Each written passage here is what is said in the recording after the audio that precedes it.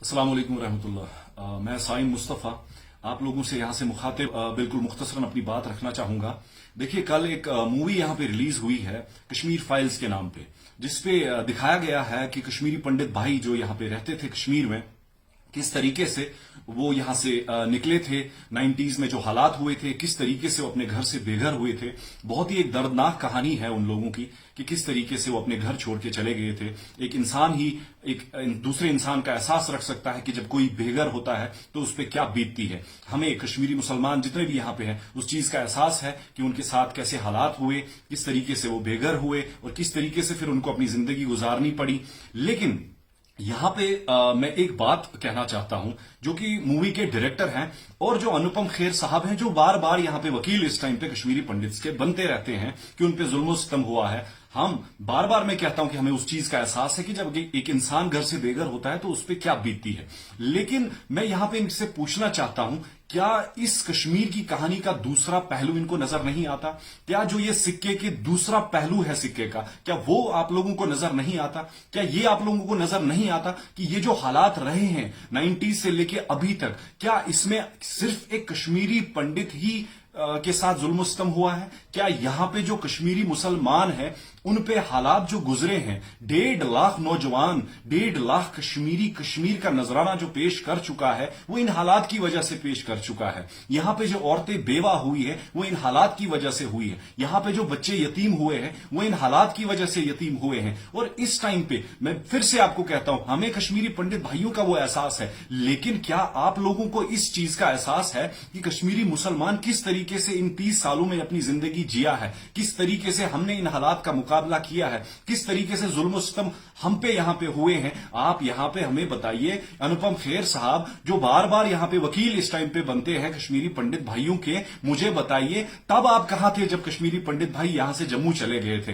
तब आप बॉलीवुड में खुद ऐश कर रहे थे, बॉलीवुड में अपनी जिंदगी गुजार रहे थे, करोड़ों रुपया कमा रहे थे। मैं आपसे सवाल करना चाहता हूं यहां पे, क्या आप हमें बताइए कितने चूल्हे वहां पे आपने जलाए जो कश्मीरी पंडित यहां से चले गए थे? आप मुझे बताइए कितने ऐसे घर आपने वहां पे आबाद किए, कितने कश्मीरी पंडितों को आपने यहां पे घर बनवा के दिए? आप मुझे बताइए कितने कश्मीरी जो छोटे छोटे बच्चे हैं उनके आपने स्कूल में एडमिशंस कराए और उनका खर्चा आप बर्दाश्त कर रहे हैं? अनुपम खेर साहब, कश्मीरी पंडित के जो आप वकील यहां पे बन रहे हैं, अगर आप सच में उनके हमदर्द होते, जो इस टाइम पे आप हमदर्दी का नाटक यहां पे कर रहे हैं, तो आप मुझे बताइए, आपसे ये सवाल है कि कितने कश्मीरी पंडितों का घर आपकी वजह से आबाद हुए हैं? जो आप इस टाइम पे नफरत की आग फैला रहे हैं, बिल्कुल एक प्रोपेगेंडा है, बिल्कुल एक कश्मीरी मुसलमान को बदनाम करने का एक प्रोपेगेंडा है। एक आग जो आप फैला रहे हैं यहां पे, नफरत की आग जो आप यहां पे फैला रहे हैं, आपका सिर्फ इतना एजेंडा है कि आप इस आग को भड़काएं, जबकि हम उन जख्मों पे अभी तक मरहम नहीं लगा पाए हैं। कश्मीरी मुसलमान के भी इस टाइम पे ऐसे जख्म हैं जिनसे अभी भी खून बहता है। मैं आपसे बताना चाहता हूं कि इस टाइम पे भी आप देखिए, अगर मरता इस टाइम पे कोई है वो कश्मीरी मुसलमान ही इस टाइम पे मरता है।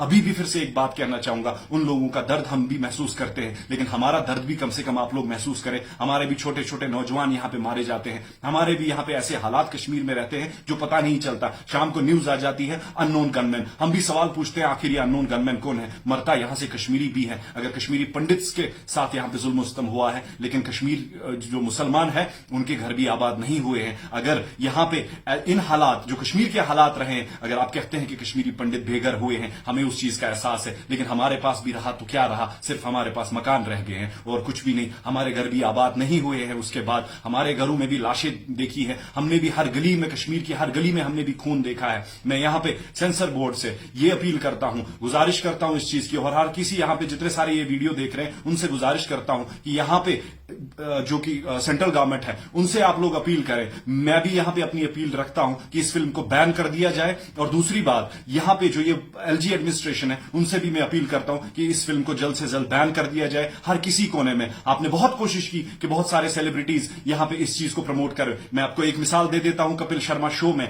जब आपने चाहा था, देखिए वो एक फैमिली शो है, वो एक कॉमेडी शो है जहां पे इंसान बैठता है, देखता है, अपनी गम दफाई करता है यहां पे, लेकिन आप चाहते थे कि वहां पे भी ये नफरत की आग भड़के। लेकिन अफसोस यहां पे आप लोगों के लिए अभी तक आपको इस चीज का एहसास नहीं है, अभी तक आपको इस चीज का एहसास नहीं है कि कश्मीरी मुसलमान यहां पे कश्मीरी पंडित्स के साथ कैसे अभी रह रहे हैं, यहां पे सिख बरादरी के साथ यहां पे कैसे रह रहे हैं। हम मिलजुल के एक दूसरे के साथ रह रहे हैं और यहां पे आज वकालत करने आप बॉलीवुड से आ जाते हैं और आप देखिए यहां पे अगर आप कश्मीरी पंडित के हमदर्द बन रहे हैं, कैसे हमदर्द है आप।